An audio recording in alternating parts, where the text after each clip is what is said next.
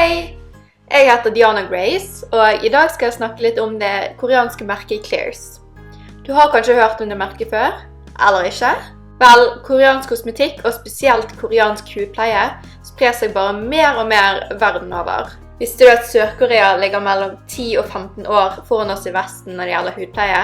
Hvis du for eksempel har hørt om koreansk hudpleie før, men ikke har turt å bestille fra utlandet, så har jeg en god nyhet til deg. Clears har nemlig kommet til Norge. Clears har sin egen nettbutikk, sin egen Facebook-side og sin egen Instagram-side. Og Clears drives av to veldig hyggelige søstre som heter Susanne og Helene Enger. Jeg vet de er hyggelige, for jeg har vært mye I dialog med dem. Med norsk nettbutikk betyr det også at du får tak I all informasjon på norsk. Du kan spørre dem om hjelp på norsk, og leveringstiden blir også mye kortere, I tillegg til at du slipper å uroe deg for tollgrensen. Men ikke bare nok med at Clears nå har fått sin egen nettbutikk, men faktisk så også Blush.no, Komplett.no, Komplett.dk, Komplett.se og Skinbloom.no tatt inn Clears sine produkter. Jeg kommer selvfølgelig til å linke til alle disse nettbutikkene I beskrivelsen under.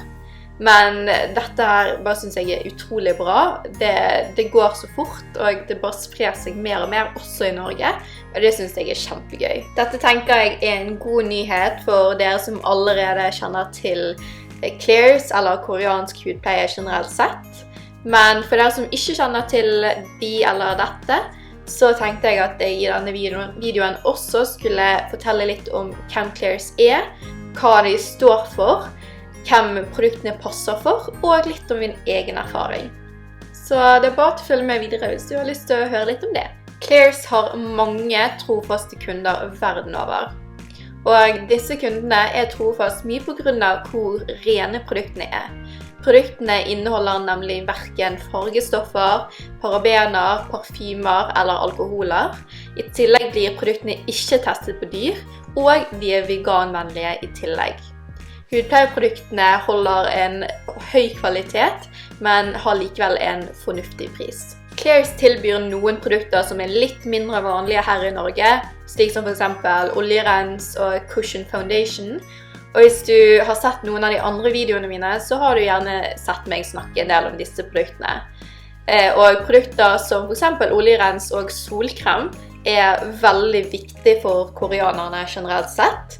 Fordi de mener det at I stedet for å tynge ned huden din av sminke dag inn og dag ut, så det mye bedre å rett og slett ta godt vare på huden din, slik at du faktisk slipper å bruke så mye sminke. Kanskje du ikke trenger å bruke sminke I det hele tatt. Så dette står også Clears for. Likevel møter Clears normen litt på halvveien på en måte, fordi at vi vet alle at det ikke alle som gidder å begi seg ut på den berømte 10-stegs koreanske hudpleierutinen, og da kan Clears være et godt valg. Clears sin visjon at det skal være enkelt, men nok, grunnleggende, men det ultimate, og mildt, men effektivt. Og selv om du med Clears kanskje ville brukt litt flere produkter enn du ville gjort ellers, altså vi snakker, jeg vet ikke, 2-3 produkter, det kommer helt an på hvordan rutinen din ser ut I dag, men selv om du ville gjort det, så vil du ikke bruke så mye lengre tid på rutinen din enn ellers.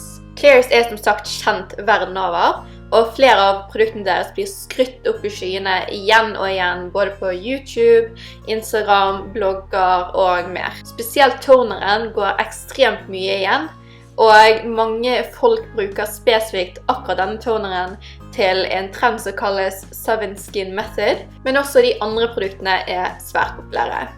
Det har faktisk kommet frem at selveste Kim Kardashian bruker C-vitaminserumet til Clears. Noe som bringer meg over til min erfaring.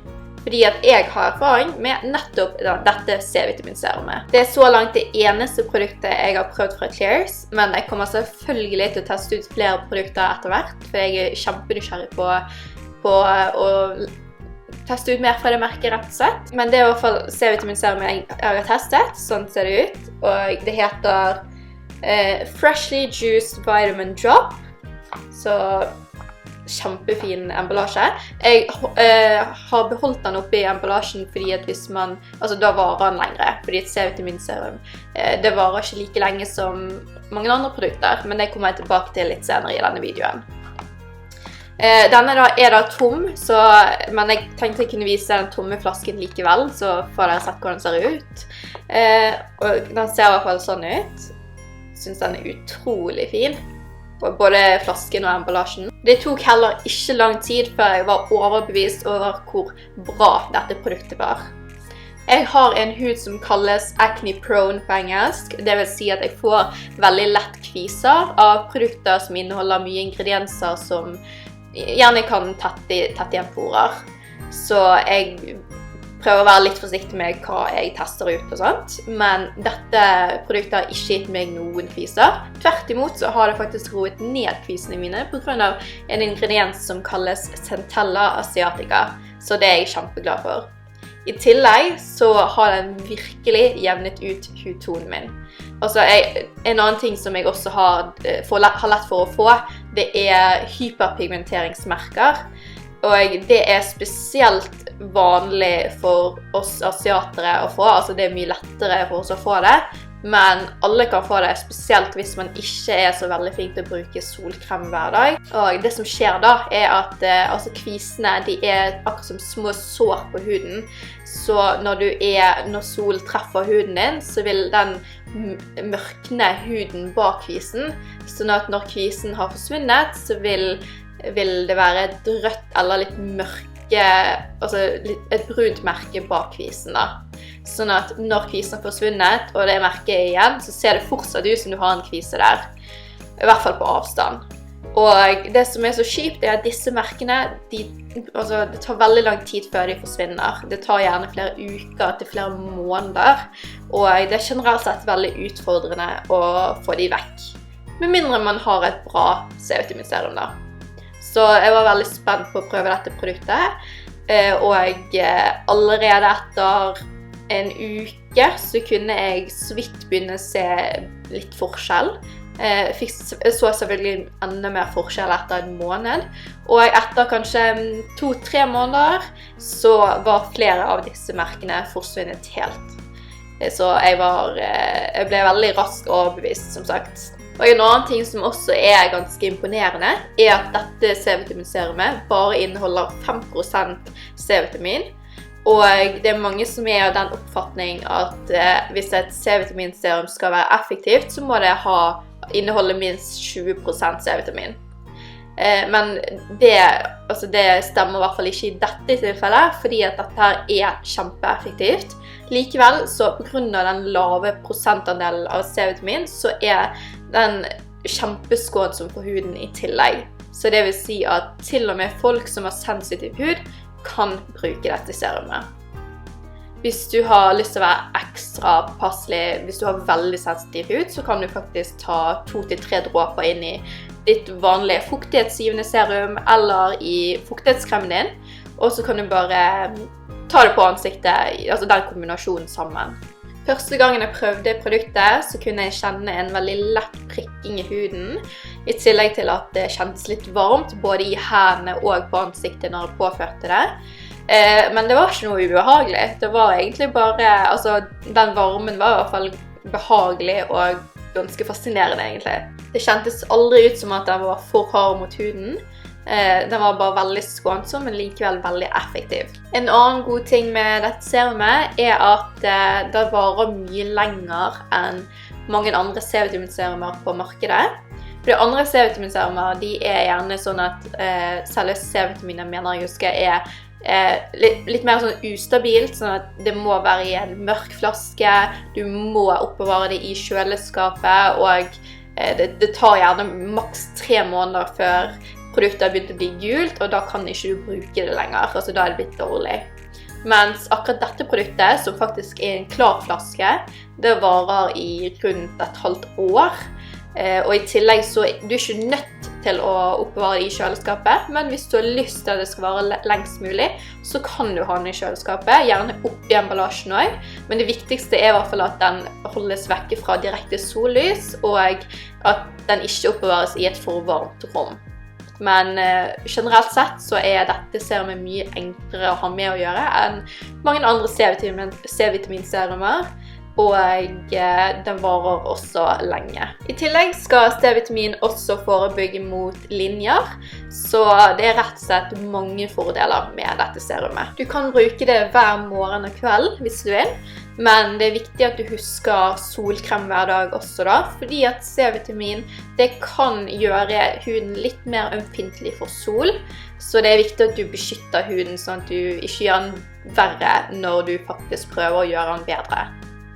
I tillegg en annen ting som er litt viktig å være obs på, det er at det er en spesifikk ingrediens som du bør passe på å ikke kombinere med dette C-vitaminserumet, og det er en ingrediens som på engelsk heter niacinamide, og grunnen til at du ikke bør kombinere den med dette C-vitaminserumet, eller C-vitamin generelt sett altså, det er fordi at den kombinasjonen kan føre til rødming i ansiktet, i tillegg til at de to ingrediensene kan nøytralisere hverandre, så det vil jo si at ingen av de vil fungere for deg, og det er jo veldig kjipt. Men heldigvis så er denne ingrediensen veldig lett å se etter i ingredienslisten, så det er faktisk ikke noe problem. Så hvis du bare passer på disse to tingene egentlig, altså spesifikt det at du passer på kombinasjonen av disse to ingrediensene, og det med solkrem, så vil du nok merke at dette C-vitaminserumet er helt fantastisk. Det var vel egentlig det jeg hadde å si om Clears og om det serumet. Etter hvert som jeg får testet ut flere produkter på Clears, så skal jeg selvfølgelig oppdatere dere om det. Jeg har stor tro på at produktene er kjempegode, med tanke på at jeg har så utrolig god erfaring med akkurat dette serumet, og med tanke på det jeg leser og ser på andres sosiale medier generelt sett. Så jeg er utrolig glad for at Clears har kommet til Norge. Jeg håper at dere har lyst til å prøve ut produktene, og at dere blir like fornøyd med de som jeg er. Det har rett og slett skjedd veldig mye på kort tid, og jeg heier på de. Jeg brenner jo for koreansk hudpleie, og jeg synes det er så gøy å se at det vokser et marked for det i Norge, og Clears gjør det så bra, et så bra merke som Clears. Så jeg er veldig spent på å følge med på utviklingen. Hvis du har noen spørsmål, så må du ikke nøle med å stille med dem. Jeg er her for å hjelpe. Og så har jeg et spørsmål til deg, og det er, har du prøvd Clears før? Og i så fall, hva slags produkter har du prøvd, og hva er din erfaring med dem? Jeg håper at du likte denne videoen, og så må du gjerne følge meg på sosiale medier for å få mer eksklusivt innhold. Husk selvfølgelig også at du kan følge Clears på Instagram og på Facebook.